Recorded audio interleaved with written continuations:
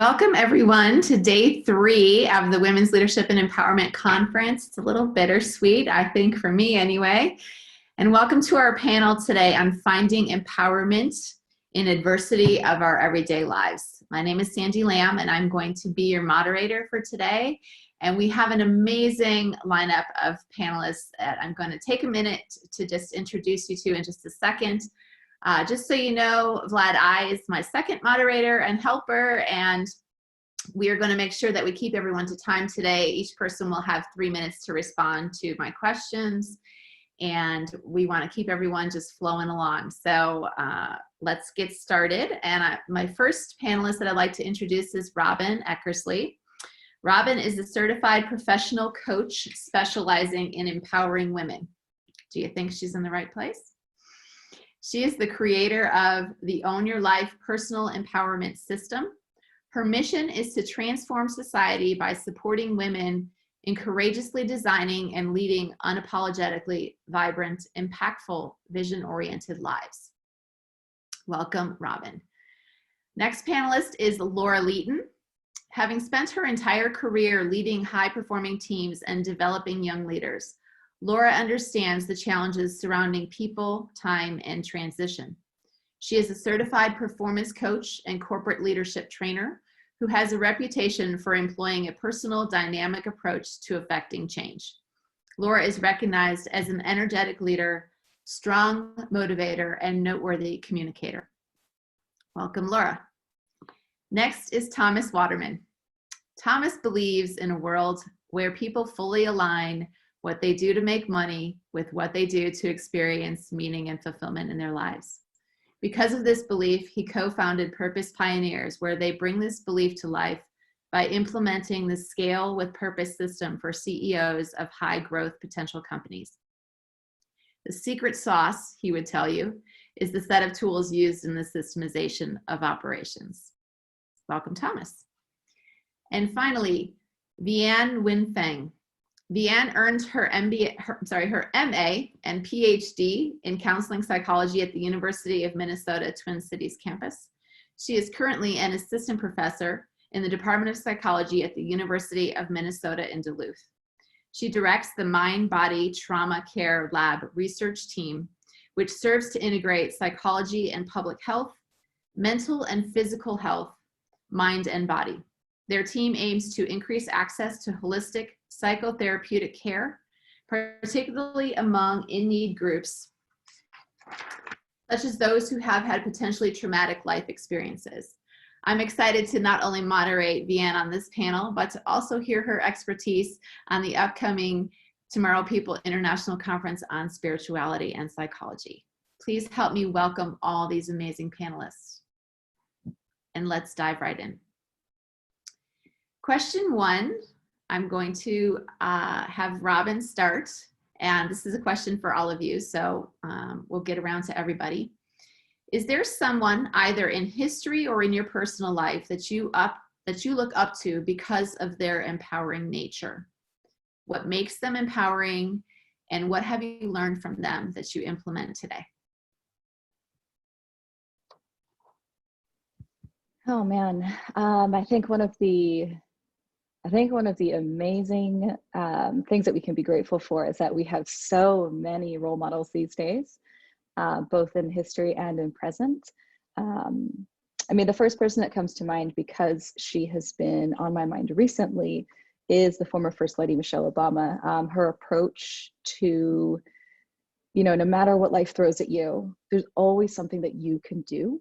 You are never fully unequipped to handle whatever comes your way, whether it's something personal, professional, on a global or national scale, or in your own community or home.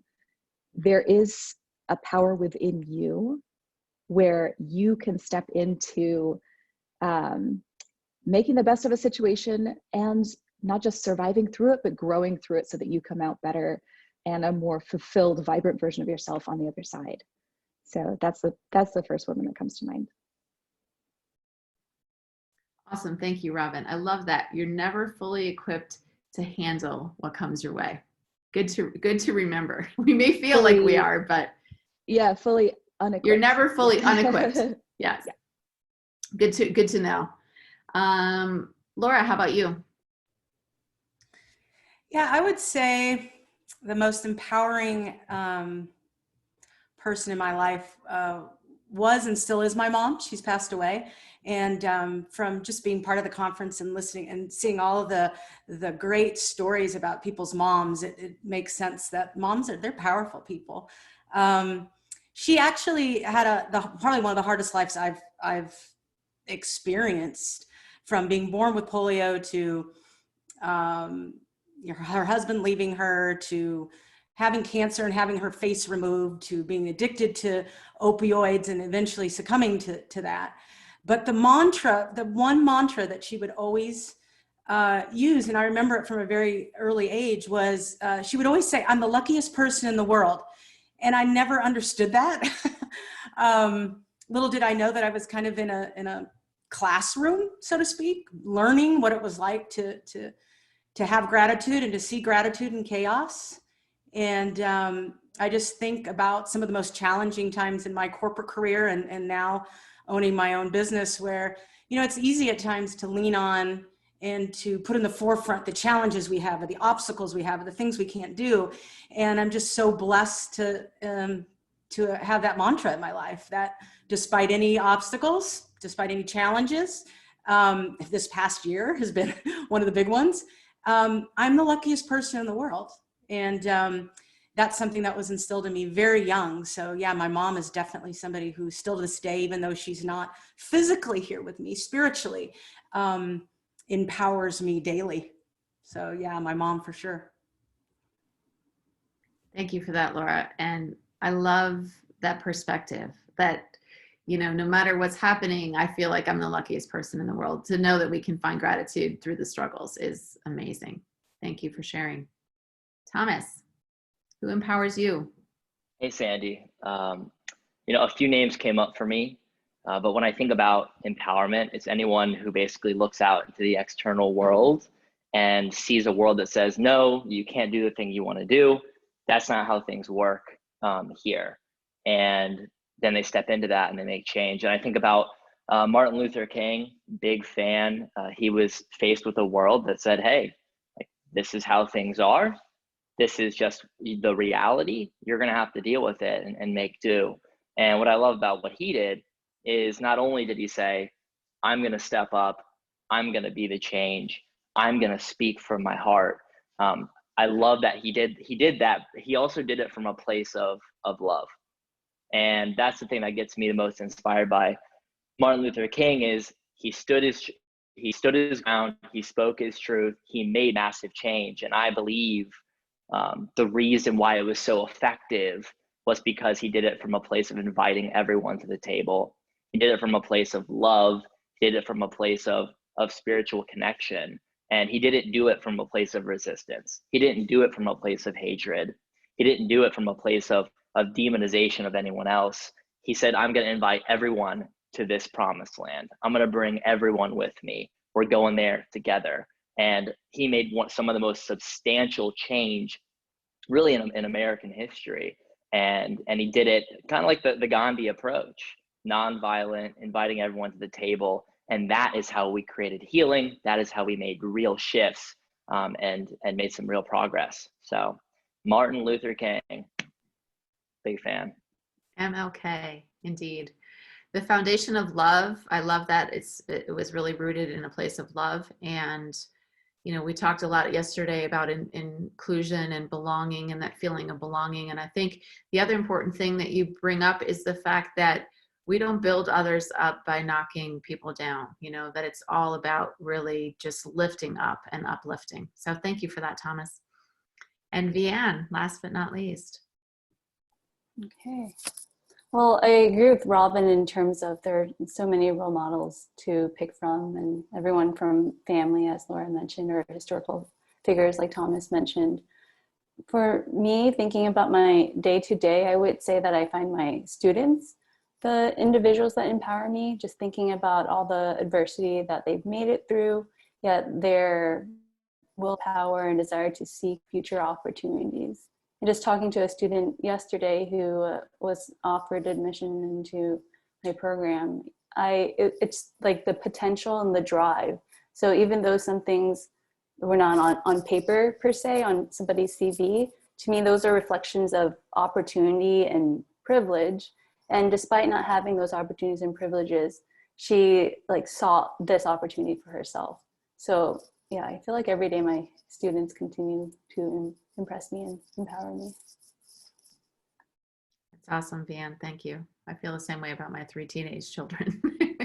So I can totally relate. They empower me every day and challenge me every day. Okay, this next question is just for Laura. Part of empowering others, particularly in times of adversity, requires compassion. What does it mean to you, Laura, to be a compassionate leader? Thanks. I love that question. Compassion has become my passion because it's something I've had to learn and step into every day. Especially finding compassion in chaos. And one thing I've realized in the midst of chaos is what has been empowering is to leaning into compassion, not only compassion for the world around me and seeking to understand another worldview, and that creates a bridge of empathy, so to speak, where you're able to suspend judgment and really be present with somebody, but even more than that, self-compassion. Being able to realize that I am human and that as a leader, that albeit I struggle and am fragile at times, that has really redefined what leadership means to me. This past year has been probably one of the toughest years for me. Not only in COVID and the political and racial discourse, but I went through a divorce, and I still had to keep working. I was leading people. I was running leadership development programs. I was coaching individuals. And there was a moment in time where I said, I need to pause. I need to stop. I need to take a break. And then I thought to myself, no, I'm going to choose to step into this differently. I'm going to step into leadership being fragile. And it's redefined what leadership means to me. And I've seen how it's resonated with individuals, and that there's so much more empowerment for me in my authenticity and my fragileness and my messiness and brokenness as a leader, but it resonates more with others. And there's so much more empowerment with that. So compassion is such a passion for me to bring into the corporate space, because I feel that it brings humanity back into our businesses, into our ROI, into our focus. And I guess I'm just on a mission with that. But this past year has really helped me realize that leadership is fragile. Leadership is about being broken and messy. And the more I step into that, the more empowered I am. So yeah, it's compassion in chaos, Sandy. That would be the biggest thing, the biggest lesson for me this year. Awesome, Laura. Thank you so much for sharing.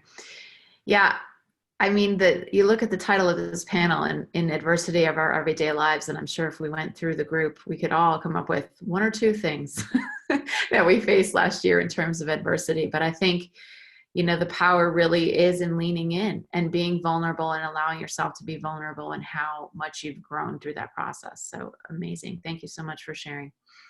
Okay, this next question is for all of you, but I'm going to lead with Thomas.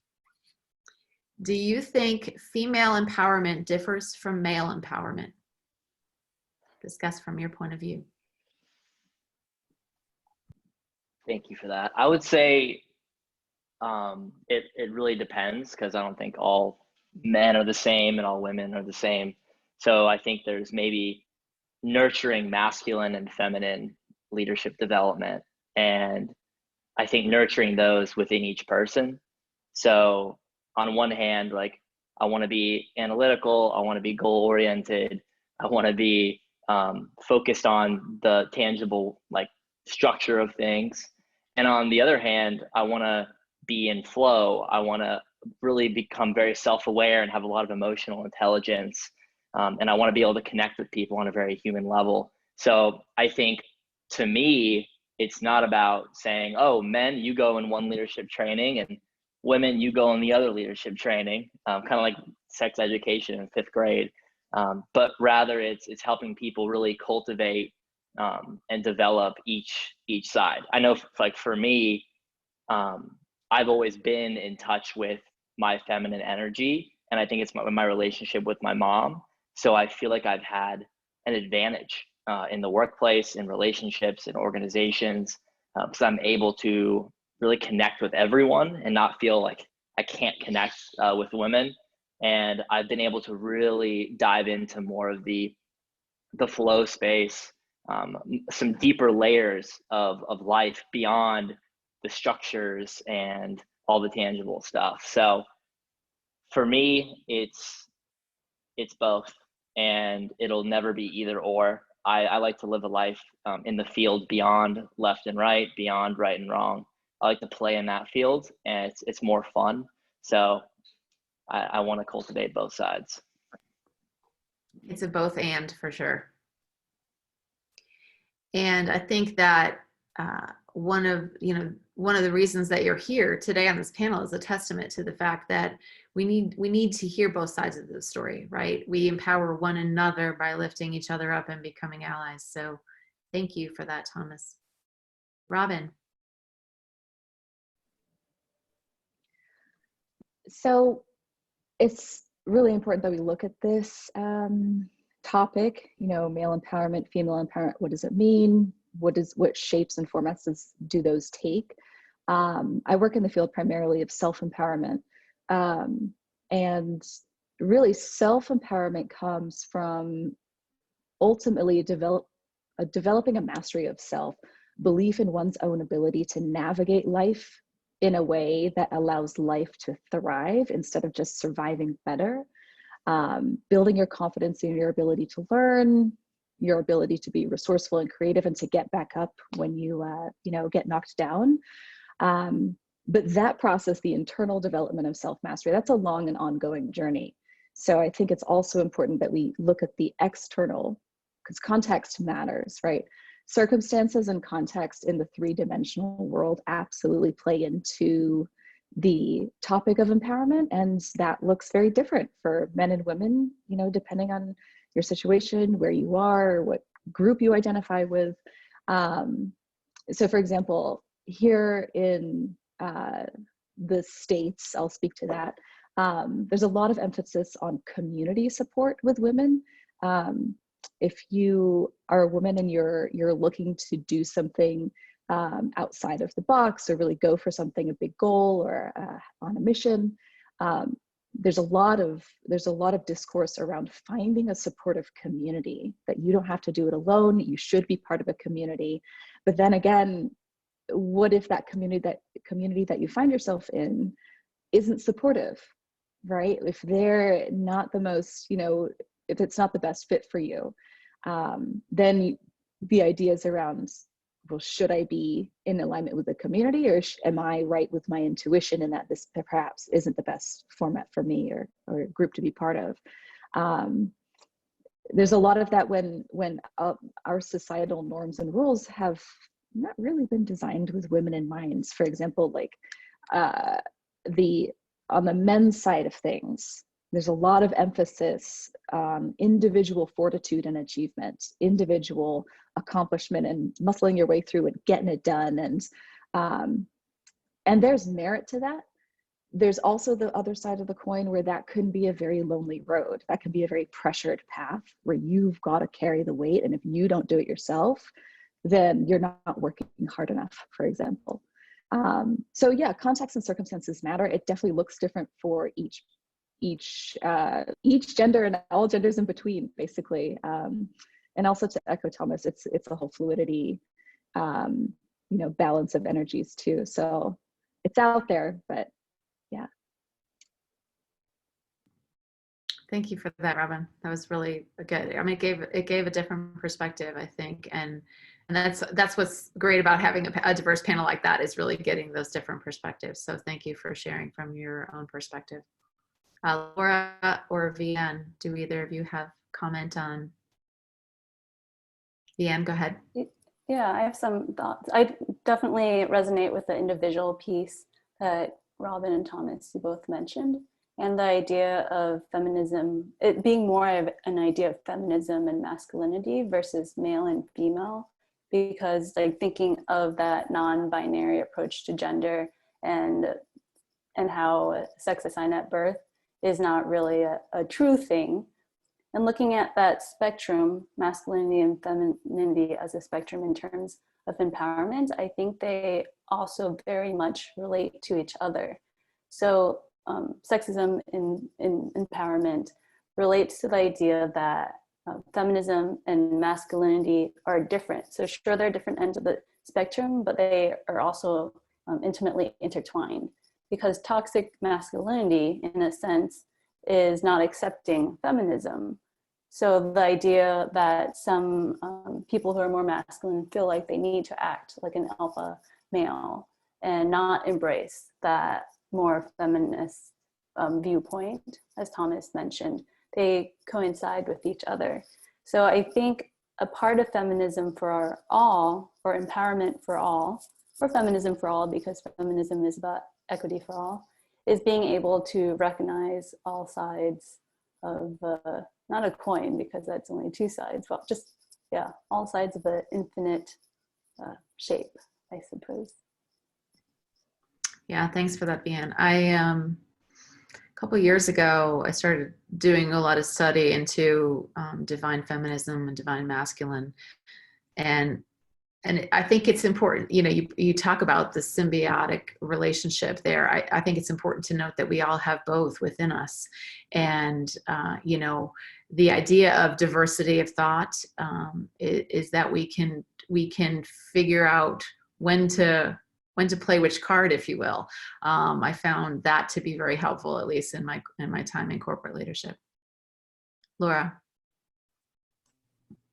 Yeah, so I love this topic, masculine and feminine energy. And when you asked the question, I thought to myself, I was just thinking back on my own experience, you know, what has been my experience of, I thought immediately to the people that have led me, like the male and females who have led me. And I thought back, wow, you know, I've only had one female manager. They've all been males. But it was something about the female manager that made a huge paradigm shift in my identity and how I showed up in corporate, and even went on to start my own business. But I don't think it has anything to do with male and female. What she did at the time was that she touched on the idea of belonging for me, which is a feminine energy. I was in the competitive space. So I was running in a competition, which is a very masculine energy. And at a moment in my career, she touched on the whole idea of belonging. We sat at an annual review. She was sitting across from me. I was at the top of my game, all the accolades, all the money, all the promotions, you name it. I figured this is going to be a piece of cake. And she looked at me and she basically said, it's time you act like you belong here. And that was what I needed at that moment. It was that feminine energy that I needed. I didn't need to be told, well, here, this is where you are today, and this is where you need to be tomorrow, and what's the gap, and all these goals, right? It was, it's time you act like you belong here. And I went, whoa, that word belonging hit me to the core. And as soon as that hit me, I really was able to lean into my authenticity and show up, because I belonged to myself. I realized I belong. I didn't have to belong to the corporate structure, to the male-dominated environment that I was in. I belonged to me. And once that was aligned, it was that feminine energy that catapulted me forward. I needed that balance, and she found it. So it wasn't the fact that it was a she or a he. I've had amazing male leaders that have very feminine energy that have supported me. It was that moment at that time in my life that she inserted that feminine energy that literally helped me to shift and show up in such a, be able to, I had permission to explore my feminine energy, if that made sense, as a leader. And that was the big difference for me, so. Yes, thank you, Laura. Well, those of you that were on the conference yesterday know the topic of belonging is near and dear to my heart as well. And I think it is only you can decide, right? Where and when you belong, right? So for her to challenge you to step up was really great. So that's a great segue into my next question for all of you. Last year, I spoke at this same conference in person in Bali in a room full of mostly women. And there were a couple men in the room as well. And I asked the question, would you prefer to work for a man or a woman? And I would say overwhelmingly that the majority of the people said they would prefer to work for a man. And when you look at the title of this conference, the Women's Leadership and Empowerment Conference, you can't say that we want to empower women, but I don't want to work for them. So my question to all of you is, why do you think that people prefer to work for a man over a woman? And then how do we change that dialogue? How do we change the response to be, yeah, I want to work for a woman? I'll start with you. Well, Laura, you already touched on it a little bit, but I'll come back to you. Robyn, how about you? The first thing that comes to mind is that I wonder if that's because that paradigm of leadership, where it's a male figure, is more familiar. You know, as human beings, we love our routines. We're habit-driven creatures.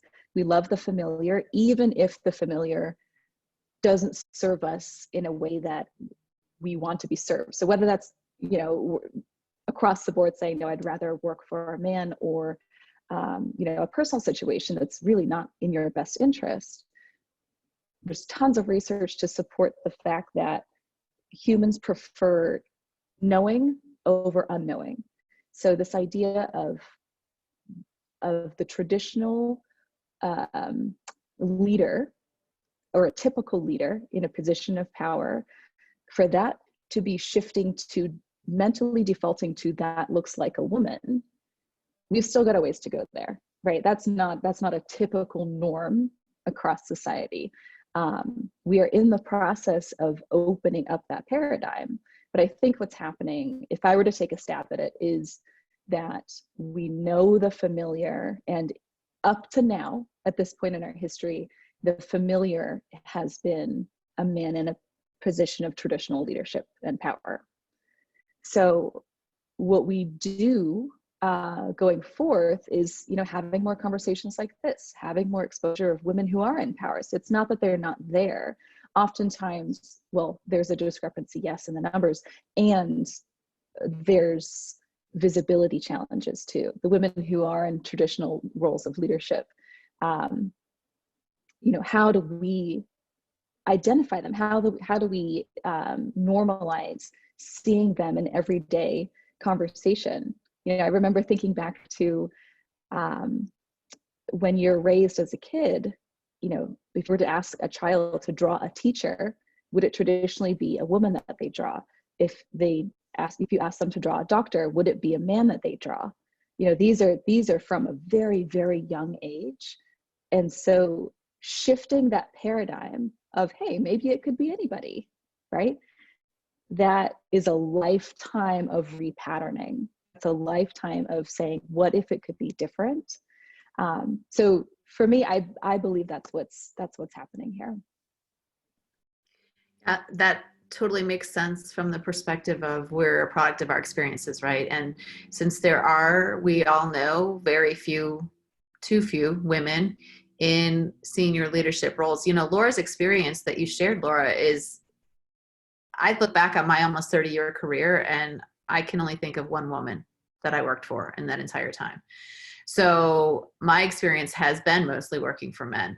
But I think you hit the nail on the head, Robyn, in that we need to shift the paradigm, and we need to continue to share stories about women in leadership roles that are excelling and that are role models, so that when I ask that question, they picture that woman. They don't picture, you know, the traditional, right? Thomas, what are your thoughts? Yeah, that was beautiful, Robyn. The first thing that comes up is, I think making sure that, like, if I have a belief that more women should be leaders of a certain industry, realizing that that's my own projected view and it's not necessarily the right thing or something that must happen, or, you know, the world is bad. So I think that's the foundation. Is it's not a bad thing inherently that a woman wants to be led by a man. It's not inherently a bad thing that maybe more men are in leadership than women. So it's taking the judgment out so we can think about what's the most useful for society, what's the most useful for each individual. And for me, I do believe in integrated energy is the most badass, impactful leader that there can be. So I think women being in the workforce is and leading in the workforce is a beautiful thing. And I think men working and leading in the workforce is a beautiful thing.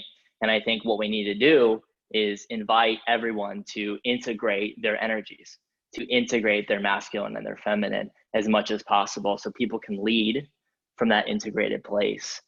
In terms of the question that you asked, which was how do we inspire more women to be in leadership roles, I think it's inspiring and empowering more women to be the change. So to create a business, to lead, to be incredible, to show people the power of the feminine, which is so powerful, and I'm so glad I understand it to a certain degree. And create workforces where everyone gets to see this amazing woman leading the charge. And to your point, Sandy, is tell stories. You know, tell stories as often as we can, and share as often as we can that anyone can do it. A man can do it. A woman can do it. Anyone, any race, religion, gender, whatever it is, anyone can lead from that integrated place. Anyone can be both and. Anyone can be structured and flowing, can be achievement oriented, and creating community and a sense of belonging. So to me, it's all about that integrated approach. But right now, I think telling stories so more women can see that it's possible will be very beneficial to society overall. Awesome. Thank you, Thomas.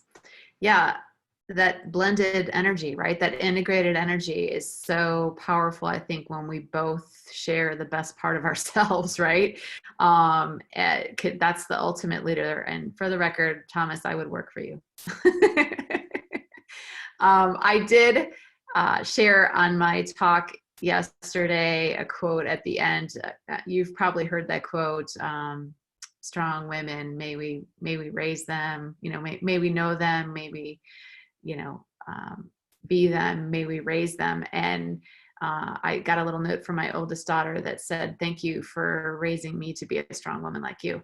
And so I think that for me, that's it, right? Is just leaving that legacy and really working to share those stories and to work to empower women to step up. Viann, I think we haven't heard from you on this question yet, have we? Yeah, so speaking of legacy, yes, there's the idea of like transgenerational trauma and transgenerational understanding, just passing down what knowledge that we know, what's familiar with us. And I think of this idea of femininity and masculinity and who's in charge, who's the boss, as something that came well before us centuries ago. It's something that is so much in our genes that we have to actively fight, actively take charge of. And the first step of change is usually awareness. That's a necessity in order for change. And then acknowledgement of that. So acknowledgement of our implicit biases that are so deep rooted from centuries ago, and allowing that to trickle up to our consciousness and see what role we have in it. Because even though like we really aren't to blame per se for sexism in the workplace and views of that, and at the same time we're not we aren't to blame because of how it happened so many years before us. Yet we are also accountable and to make change, to start those ripples and to continue them. So yes, I think that idea of familiarity is really intrinsically rooted in this, in viewing a man as a wanting to work more for a man than a woman. And this idea of, because I think of adversity too, and how people sometimes feel safer in a place that's unsafe just because it feels more familiar, and the unknown just seems very scary. And I know in academia, there is like a slight reputation of sometimes of like older women faculty needing to exert themselves in a toxic masculine way, and that seeming intimidating for others. And likewise, other women might feel as though they need to exert themselves in that manner too, unfortunately. So yes, gotta integrate, see how masculinity and femininity are truly integrated aspects. Thank you, Viann. That reminds me of the quote from Gandhi. When you were talking, I was thinking of be the change you want to see in the world. So I think that's our call, right? To be that change. This question, since you're taking a sip, Viann, this question is just for you. I have spoken to a number of friends recently who have either tried or been certified in trauma-sensitive yoga.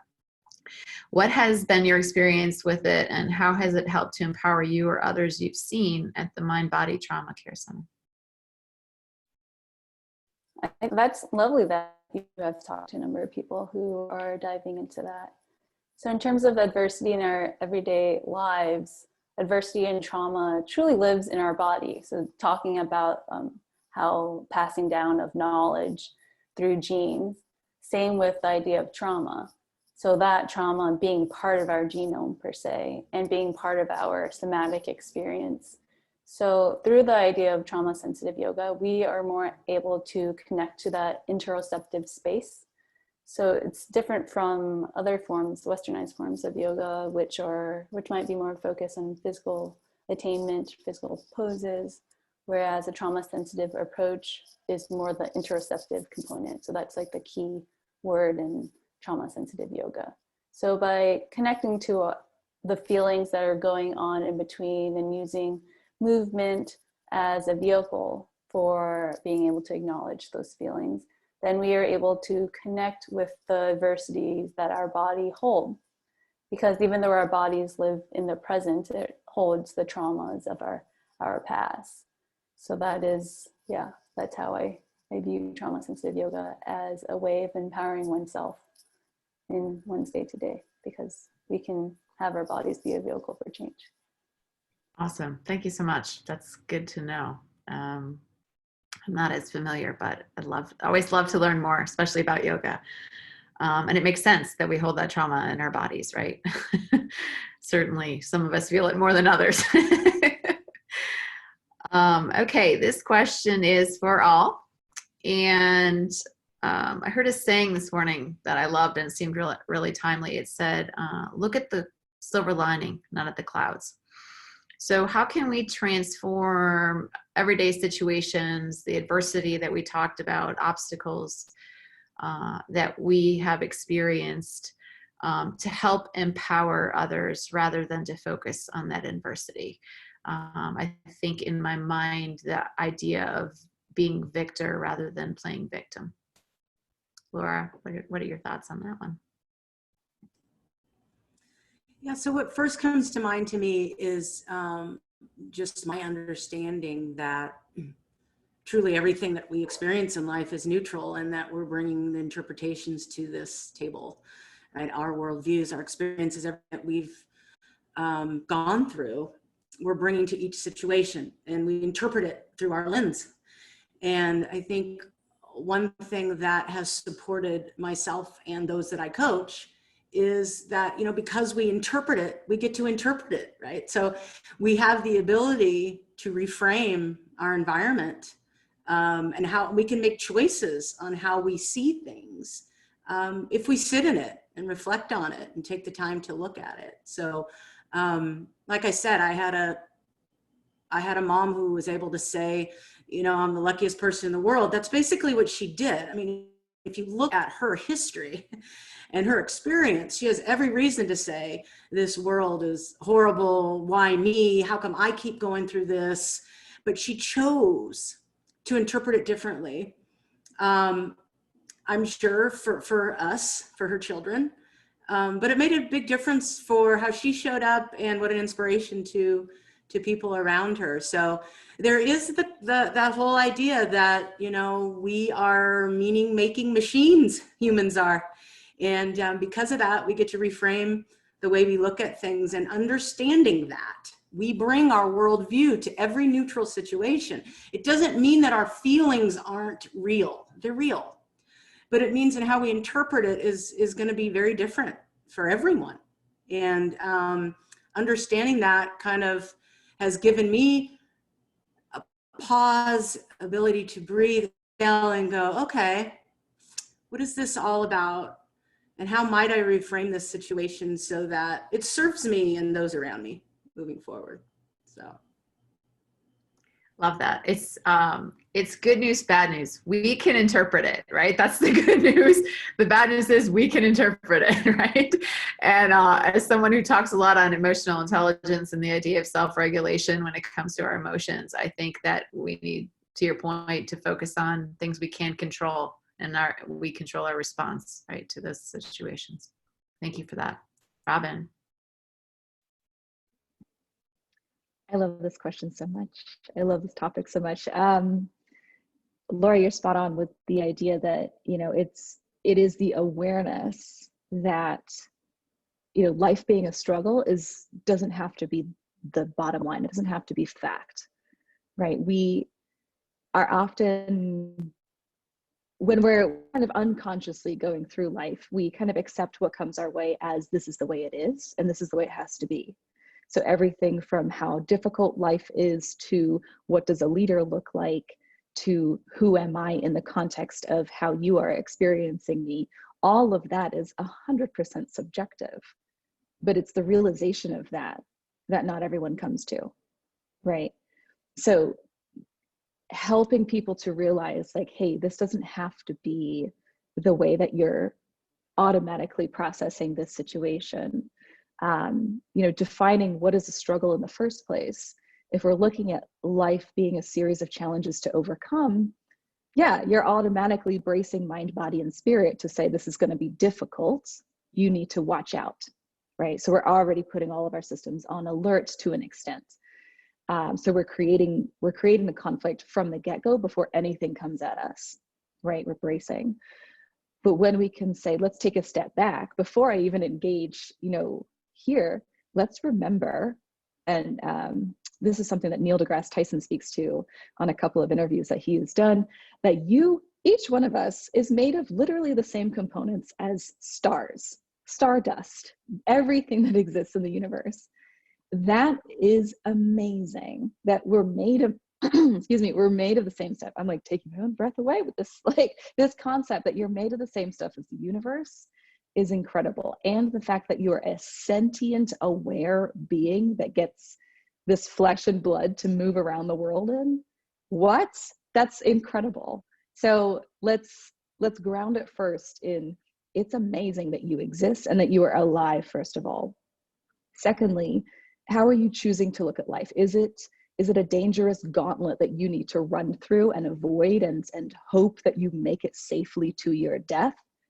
Or is this a playground full of different activities and, you know, jungle gyms and games that you can interact with on your own terms and choose to get better at?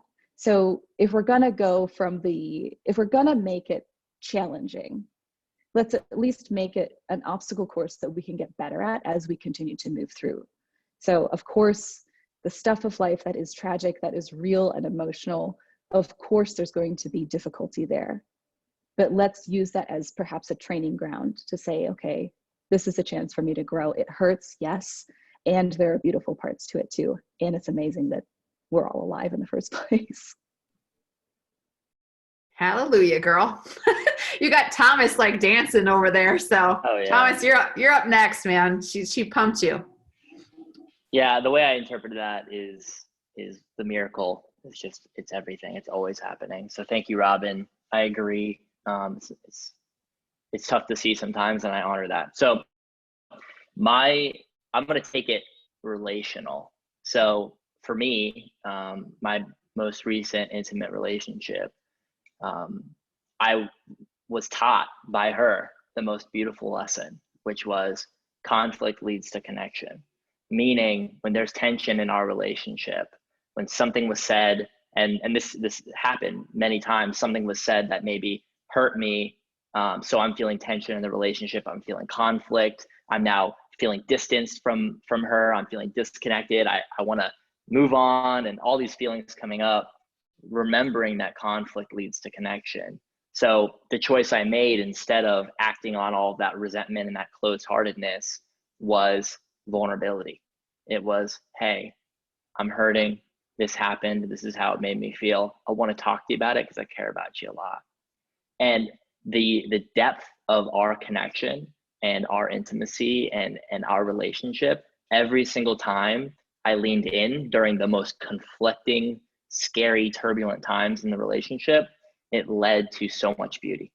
It led to so much connection. It led to so much trust, and just fully revealing myself invited her to fully reveal herself. So it became a more beautiful relationship every time. And then, so realizing, hey, when shit's hitting the fan, this is an opportunity to deepen my connection with someone, especially someone who's polar opposite to me. Like when we're like this, I feel like we're desperate to sling back into connection. It's like this natural dance that's always happening. And I think the second thing is conflict leads to wisdom. I think for me, when the Corona crisis hit, I was thrown into isolation. I was sad because I'm extroverted. I love being around people. I was in denial. A lot of my business plans were being thrown away, and I was overwhelmed. And I in that moment, I, like everyone was saying, which was so important, feel it, validate my feelings. I'm upset. This is how I'm feeling. I have anxiety. This sucks. Feel through it, hold space for that part of my being. But then I realized, like, I'm learning so much about myself, about the world, because I'm in this conflict. I'm seeing what I really value, what I don't care about, who I care about, who I don't care about, like where everything becomes clear when the chaos is happening. It becomes very obvious what's working and what's not working, what I value and what I don't. So realizing that conflict, it leads to connection with people on different political parties, people in relationships, whatever it is. There's an opportunity there to heal, and it leads to wisdom. There's an opportunity for me to learn about myself, learn about the world around me, and step into who I want to become. And that doesn't happen unless I'm in the arena fighting with my blood, sweat, and tears. I'm in there, I'm like, it's chaos, what's going on? That's where I can learn the most. So yeah, those are my takes. Awesome. Okay, you were like either reading my social media yesterday or reading my mind, because I did a post and the title was "Conflict Leads to Connection." I'm not kidding. That was scary when you started talking. It was one brain. We've been talking about that for a couple of years, Sandy, yeah, you and I. Right. It was a meditation I did yesterday morning. So wow. Very timely, very timely. And also, Thomas, thank you for that important reminder too, that we need to feel through it, right? I think there's one of the things about emotional intelligence is that self-awareness. We've talked about the awareness. You need to let those feelings come to the surface and feel them, right? And experience them, because I think stifling them is where we lead to even greater conflict. So thank you for sharing that. Viann, I don't think you've answered this one yet. So I'll take this, well, it seems like you two are on a similar wavelength for sure. And I'll take this from a psychotherapeutic approach. So what I've been hearing from everyone is this sense of dialects. So thinking of like dialectical behavioral therapy, how we can hold seemingly opposing polar views, yet acknowledging both of them is where growth occurs. So this idea of conflict and connection, of adversity and beauty, and this idea of being able to see the silver lining while also being in the cloud per se, because being able to focus on the silver lining is a practice in and of itself. So like the meditation piece that you mentioned, Sandy. So it's just like delicate balance of hope, optimism, and acknowledging where we're at. So where we are is not at the silver lining, being able to allow ourselves to feel that cloud notice that cloud, observe it, observe how that cloud is impacting our body, thinking of that connection between mind, body, trauma. Because as Carl Rogers, the founder of humanistic therapy, said, once we can accept ourselves, then change occurs. So this paradox of accepting our feelings as is leads to, facilitates a change, an ability for insight and to look at that silver lining. So because we can let go and forgive adversities without forgetting that they exist.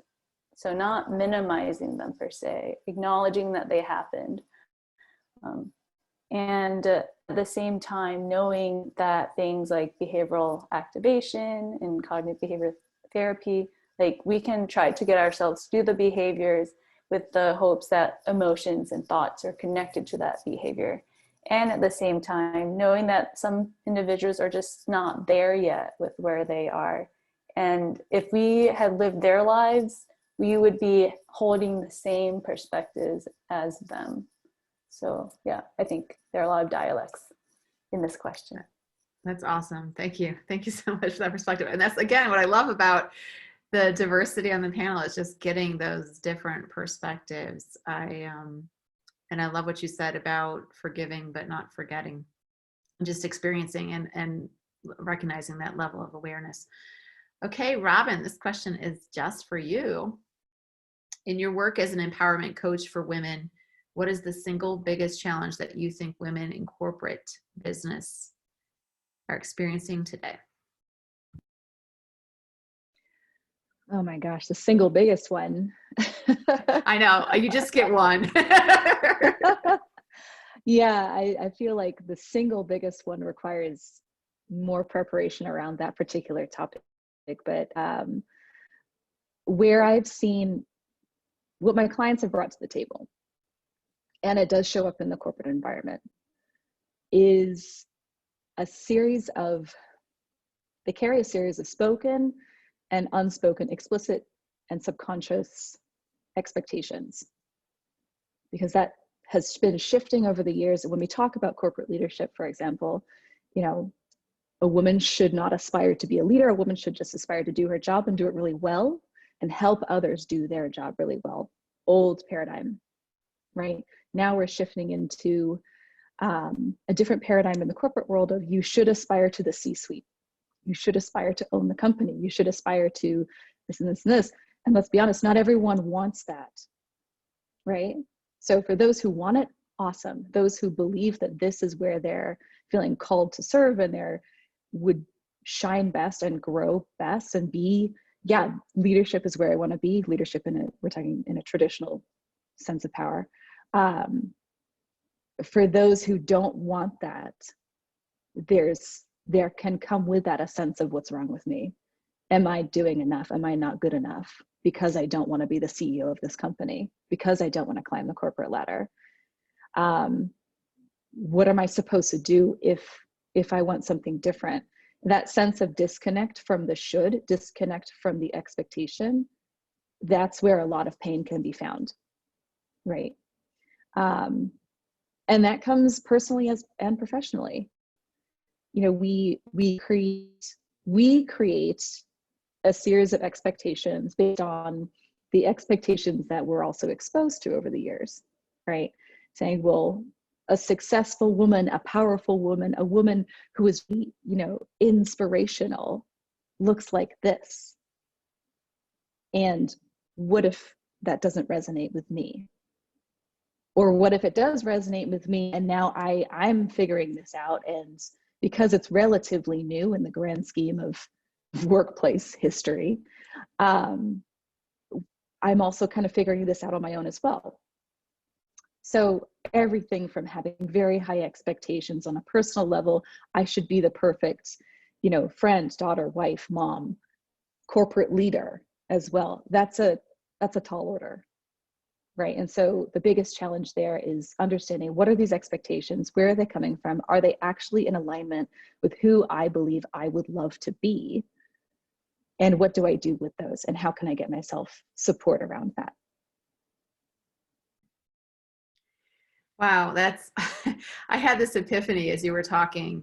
The company that I worked for like 27 years, about 20 years ago, probably, I was working my way up through the company, and I was working in the accounting department because my background is in business. And there was a operations accountant that was there. That was one of my peers, and she had been in the department for 15 years.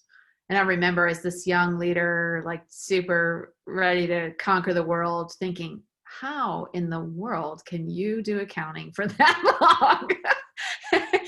And why aren't you aspiring to be something more? And that was really truly a turning point in my career. And we talk about it now in the terms, the language that comes to mind now is meeting people where they are. And I think that's really important.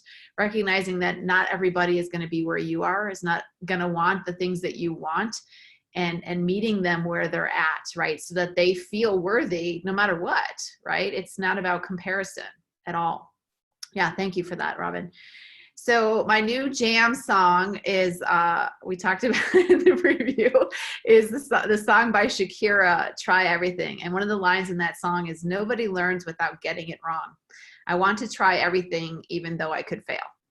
So does failure lead to empowerment? Can you provide an example from your own life? Laura, start with you. Gosh, yes, failure leads to empowerment.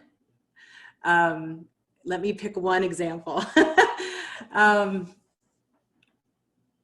I mean, I brought up my marriage. I'll bring it up again since it's on the forefront of my mind. You know, there was an expectation that it was a choice I made that was going to last forever. You know, and my paradigm has shifted a little bit, and my beliefs have been kind of questioned as to what is marriage, right? What is being in relation, which has been a gift again, you know, but I'll give you a little insight for Valentine's Day here in the US. I wrote myself a love letter. That was one of my coach gave me that homework. And it was the most empowering thing I'd ever done, because I realized that me and myself, so the letter was from me to myself. And I had never done something like that before. But one thing I realized in doing that was that I was creating an identity where I really got to know who I was through this whole thing. I was stripped away from so much labeling and expectations. It was just stripped away, where you're standing there kind of just like, now what? And it was a blessing in disguise to really understand who I was, what I wanted. And yeah, it's empowering. Now I'm actually stepping into a really fun journey here moving forward. I bought a van. It's being converted into full-time living. I'm going to be living on the road and working remotely. So that's one thing. The biggest lesson I've learned this past year or two through that is, you know, I'm really attached to the way things should look. And this made me realize I've got to look at those attachments, and that forced me to look. So the pain and the adversity actually forced me to look at what attachments I had, what beliefs I had, and who I was. And it's been amazingly empowering. But dang it, we have to learn in such painful ways, right? But I embrace it, and I value that now. So yeah. Love that. Go through it, grow through, right? Laura, it was, I'm giving that homework to everybody today, by the way. I put it in the chat because I think it's a great thing that we should all do. Write ourselves a love letter. Thomas, what do you think? Does failure lead to empowerment? I just want to honor Laura, just your natural ability to open wide open and let us in was amazing. So just honor you there. I think for me, it's been a lot of expectations and ego around my job and my work and how much money I make and where I live and all of those things, and my journey through that. So when I got out of college, I was in corporate. and I got recruited to a new company and I got a raise and I was doing all this amazing stuff. But ultimately it was work I wasn't aligned with. It was people I wasn't aligned with. And I ended up like severely binge drinking on the weekends. And then it was Friday, Saturday, Sunday, then it was Thursday, then it was Wednesday. And it was basically, I was sustaining the unsustainable. So I got to a point where I just couldn't do it anymore. And I quit my job and I thought it was, you know, a failure. But that thrust me into a new chapter. And that's the cool thing about failure. It's basically like something closing to create space for something new to enter. And then I became an entrepreneur and I created this startup that was all about transforming the nonprofit donation world. But the beautiful thing is I failed horribly again. I spent $50,000 on this startup. I spent 1.5 years. I put everything into it, but I didn't make really any money. There was no business model. And I learned so much through that failure because that propelled me to my business now. So learning about how shitty it is in a corporate environment at times, not all corporate environments, and then learning how shitty it is to run a business, but not know how to run a business. Even though it was very purpose driven, seeing those balances, I learned a lot from, I need to create an amazing culture.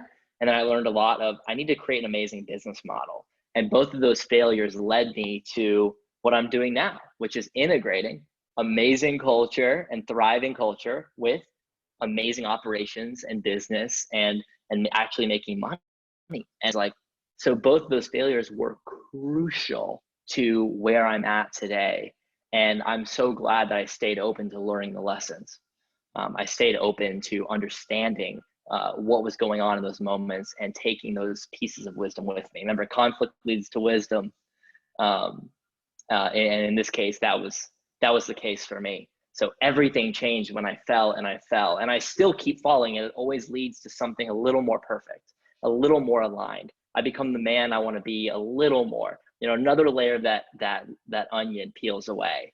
So every single time I'm breaking, I know I'm not broken, I'm breaking open. So failure is that way to pierce through the veil and allow me to become more true and become more of who I really am. Awesome. Quote of the day from Thomas. Beautiful thing was I failed again. And Robyn says, quite the syllabus, and Laura, a resume of failures. My daughter, for those of you that know, my youngest daughter is a cheerleader. She's a elite competitive cheerleader and she's a flyer. So I always think of that quote, oh, but what if I fail? And then it's like, no, but what if you fly? So keep flying, Thomas. Viann. Okay, so this doesn't quite apply to cheerleading and flying, but as Thomas was talking about the word falling, it reminded me of rock climbing. So, which I used to do a lot before I started an academic job. But so with the idea of rock climbing, if you aren't falling, then you aren't trying. Because if you're not falling, you're on a route that's too easy for you. And how will growth occur if you're just doing routes that are easy? And I also think of rock climbing orientation. If anyone has gone to a climbing gym and done orientation, one of the first things you learn is how to fall, and in a way that is so much more important than learning the techniques to climb, because if you are scared of falling, then you won't try to make that dynamic move or try that route. So in a way, they are hand in hand. I absolutely cannot say the same for cheerleading and flyers, though. So just want to make that note. That's a rock climbing only analogy. Yeah, that's, I try not to think of my daughter falling, but to be honest with you, the connection I would make there is the fact that she has no fear. She truly has no fear. And I think that, you know, maybe somewhere early on, because she's been doing it for a long time, that she was taught how to fall properly because what if we all could have a lesson on how to fail properly, right? Wouldn't that be something? But yeah, she has no fear at all. And I think that's what makes her so good at what she does. So, so maybe there are more parallels. I guess for me, the idea of falling, being flown is really scary. But then I guess just like how there's a mat in a climbing gym, or you have somebody catching you on belay if you're outside, then yeah, it's not, I'm not a rock climber personally, but I'm inviting you out, Viann, to Colorado to visit us and go rock climbing. So yeah, for sure. Welcome. Open invitation. Thank Okay, you. Robyn. So failure is an amazing thing. And I think to an extent, we're taught to avoid it and we're taught to fear it because it's painful, or it can be painful.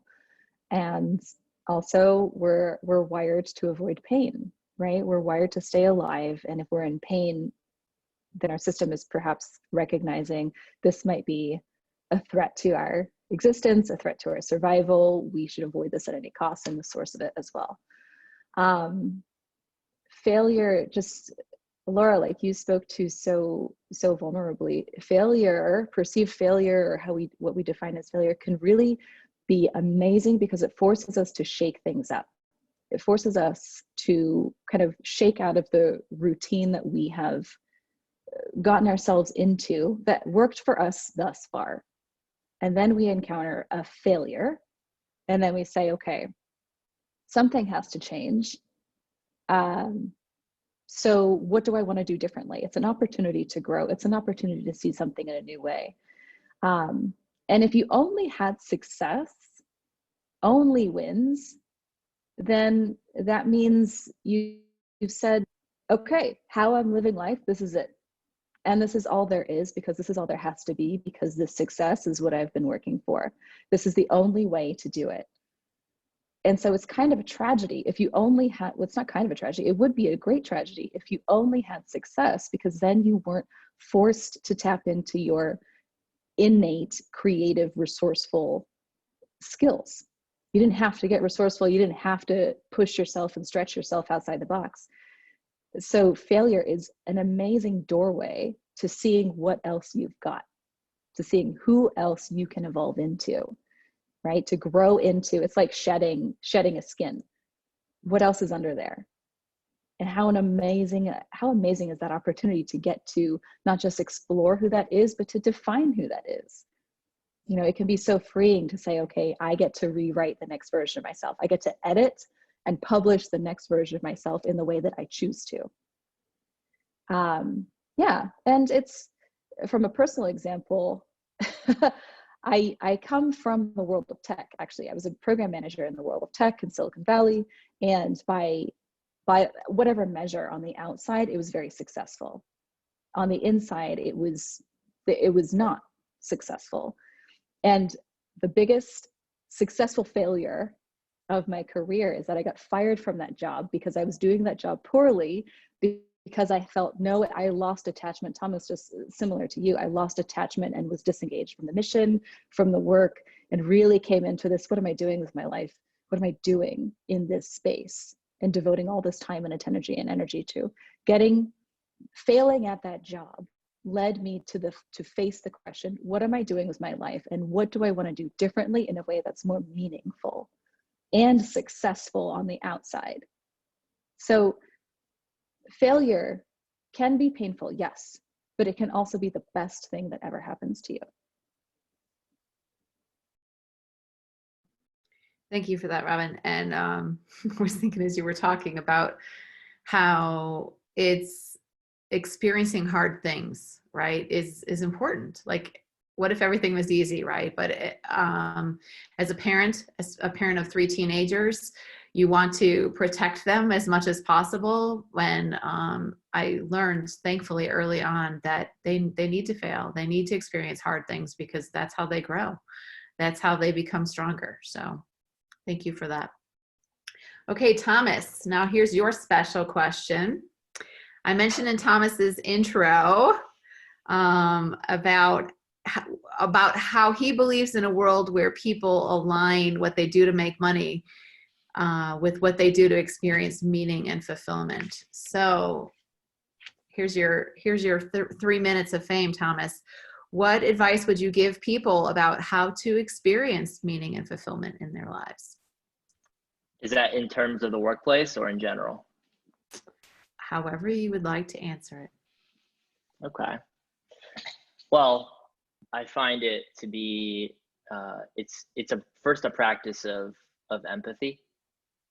I think it's very easy, especially for me in my early days, like searching for the answers to happiness and meaning and fulfillment. And, oh, like Gary Vee is telling me this, or this person's telling me this. And it's very easy to go claw for ways to be happy. So for me, it started with a journey of an inward practice of empathy and getting really still and saying, like, who am I? What do I like? What temperature do I want the air conditioning to be on? You know, something as silly as that. Or like, what food do I want to eat? Like very simple stuff, starting there and getting to the point of who do I love to serve? What are my boundaries? What type of relationships do I want to be in? What type of work do I want to be doing? And really it's a practice of inward empathy. And then from there, I think it's really important to dance with the external world.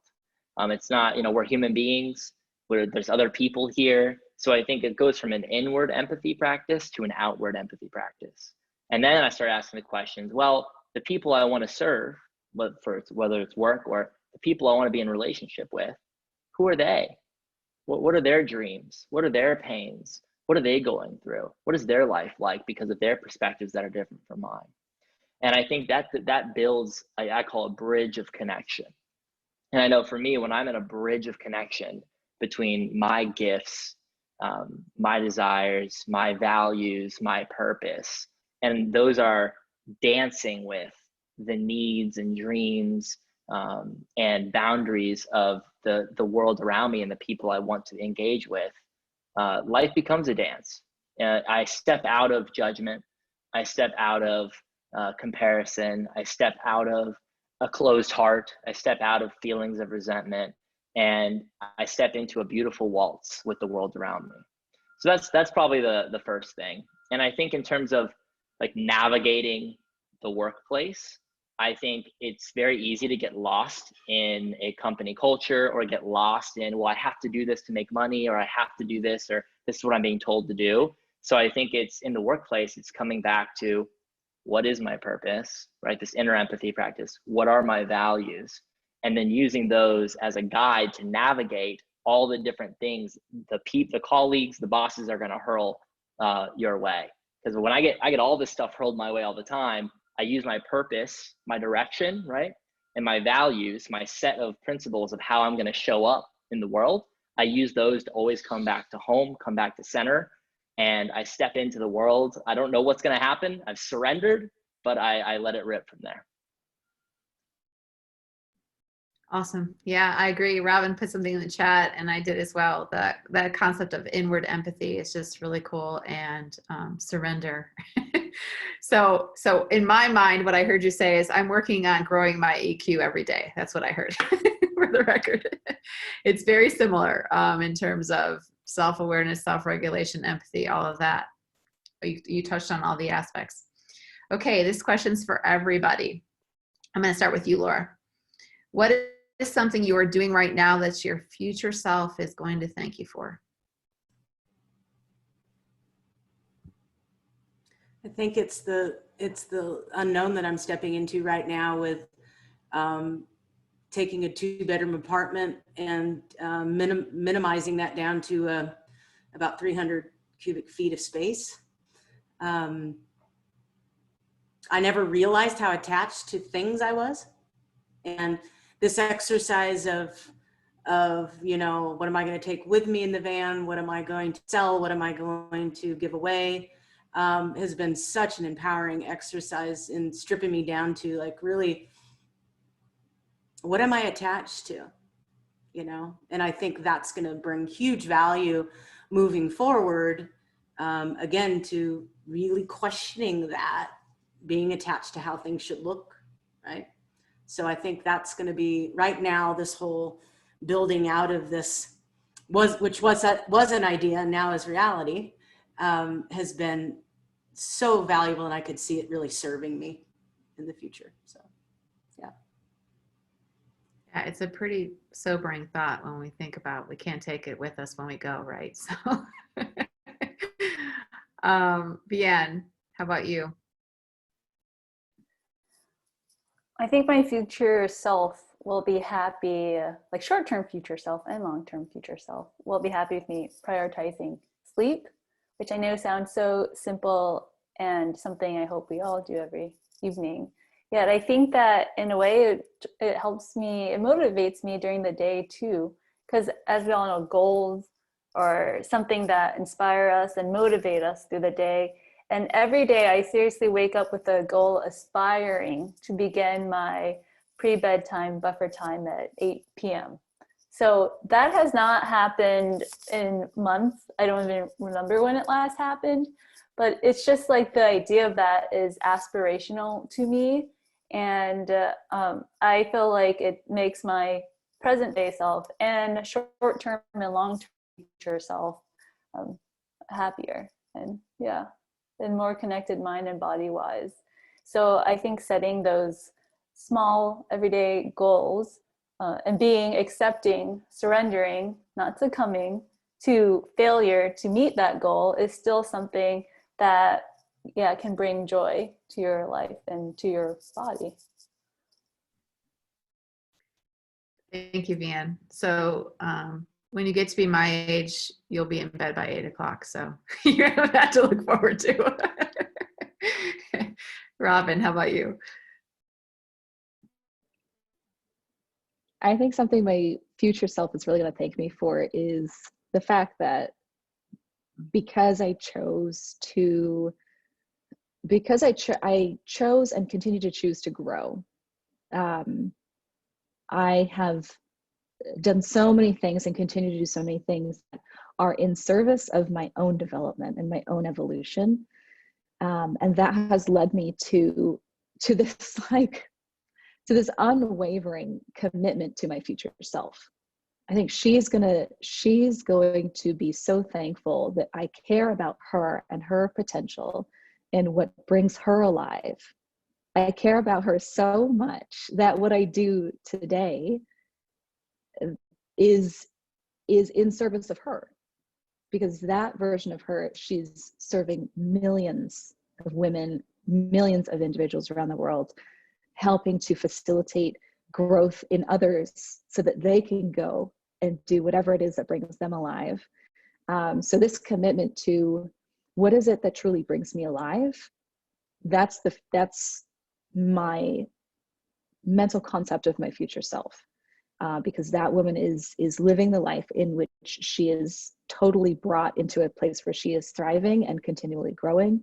And so it is that development of that relationship with her that I think she's going to be pretty grateful for and pretty excited about. Yeah, because it's not only, okay, let's reap the benefits in the future. It's also the present day experience means that I show up committed to aspiring to step into her shoes, instead of this is me for now, and one day I'm going to eventually be this, totally different person.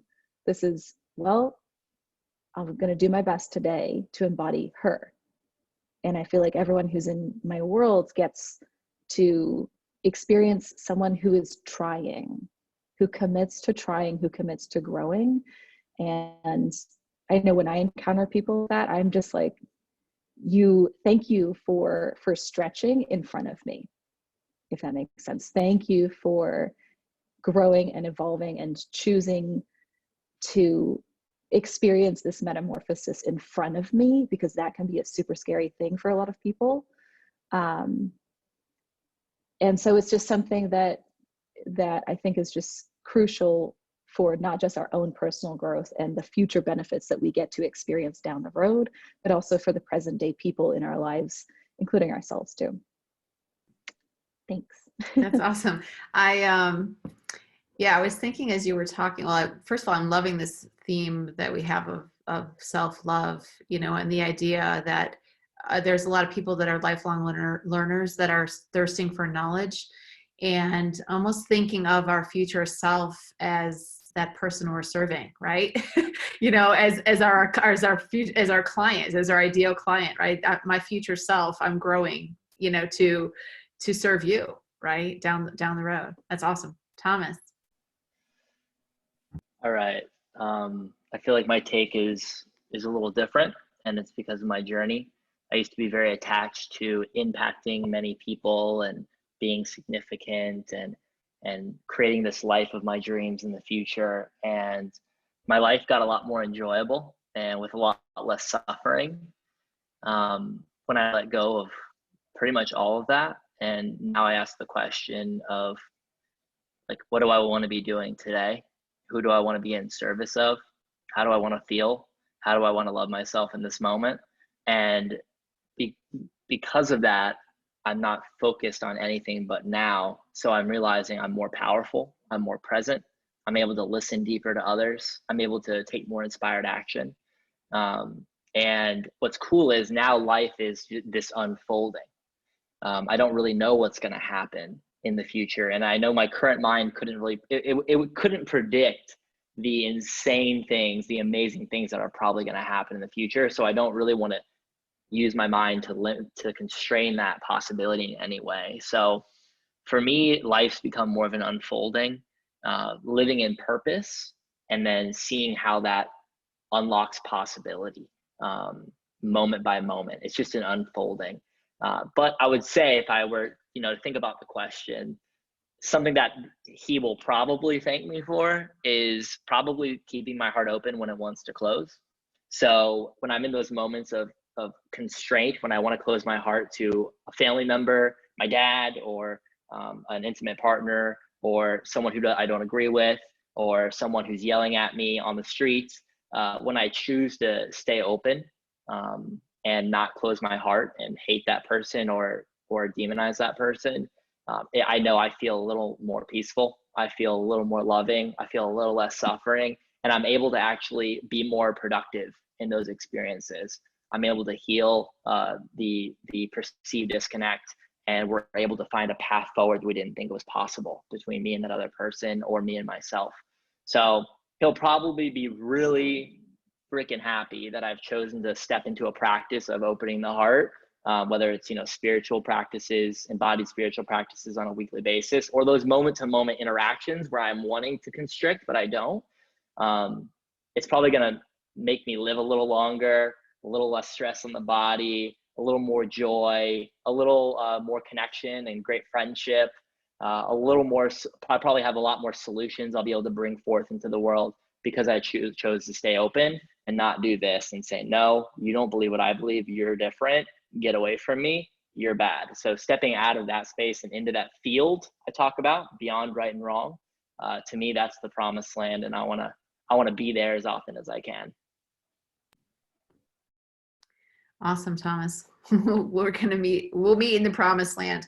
I love that you do keep your heart open. I think your future self is also going to thank you for being fully present. I think that being fully present means keeping your heart open at the same time. So thank you for sharing that. All right, believe it or not, we are almost coming to the end of our time together. So I have one last question that I want to share with all of you. I've done a lot of reading and presenting lately on building resilience and how to flex our resilience muscles. I think if 2020 taught us anything, it taught us how to become, hopefully, more resilient. So what advice would each of you share with our audience in terms of one way that you might recommend us to build our resilience in 2021?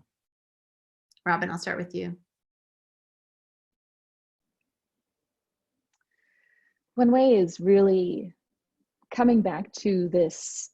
It's an undeniable truth, like truth with a capital T, that you are bigger than your circumstances, right? The circumstances, my mentor likes to say, are the context of our environment, the context of our life is the curriculum of our evolution. So whatever it is that you're experiencing, this is your opportunity to grow through that. Everything is for your good, even if it doesn't feel that way. You get to decide that it is. You get to decide that this is your opportunity to come out through the other side a transformed person. And you get to decide, how do I want to navigate this? Not what do I want to learn, what skills do I want to learn, how is my perspective going to change? All of those things are very important. And remember that resilience comes from a place of choice, remembering that you have it. You can choose how you want to navigate this pain, this challenge, this opportunity, and that you're bigger than the context of your environment, no matter how much it makes you want to shrink, no matter how much, like Thomas says, it makes your heart want to close. There's an opportunity for you to choose that this is what's going to be the turning point. This is what's going to change everything for me. I just have to decide that way. So resilience is a powerful muscle to develop.